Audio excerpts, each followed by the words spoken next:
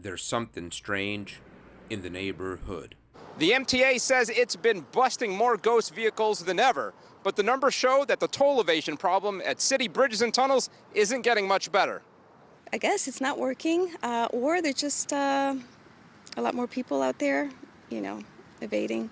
Newsday uncovered data showing that about 4.981 million vehicles drove through MTA crossings without paying a toll last year, just 0.1% down from 2023.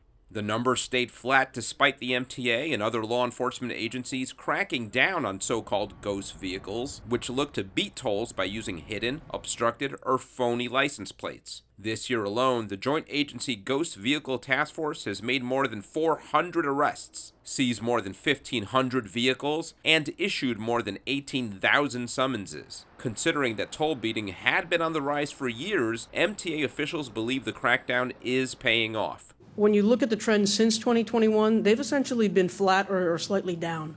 So the efforts of the enforcement are working. Otherwise, that trend would continue just, straight up. At Little Bay Park in Queens, at the foot of the Throgs Neck Bridge, park goers had different views about what's behind toll evasion and how to deal with it. It's not fair to the general public to have these fare beaters. The ongoing costs gets passed on to the other drivers that pay their fair share. Some people will pay, and some people that don't pay. I don't know why they're stealing. I will say I think the tolls are too high, and people are struggling as it is, and so I kind of understand where people are doing it, but what's right is right, and so I'm kind of on the fence.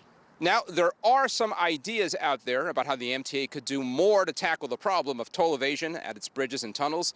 MTA board member David Mack, who represents Nassau County, told me he wants to see a permanent police presence at all MTA crossings to make it clear that ghost vehicles will not be tolerated. Outside the Throgs Neck Bridge in Queens, for Newsday TV, I'm Alfonso Castillo.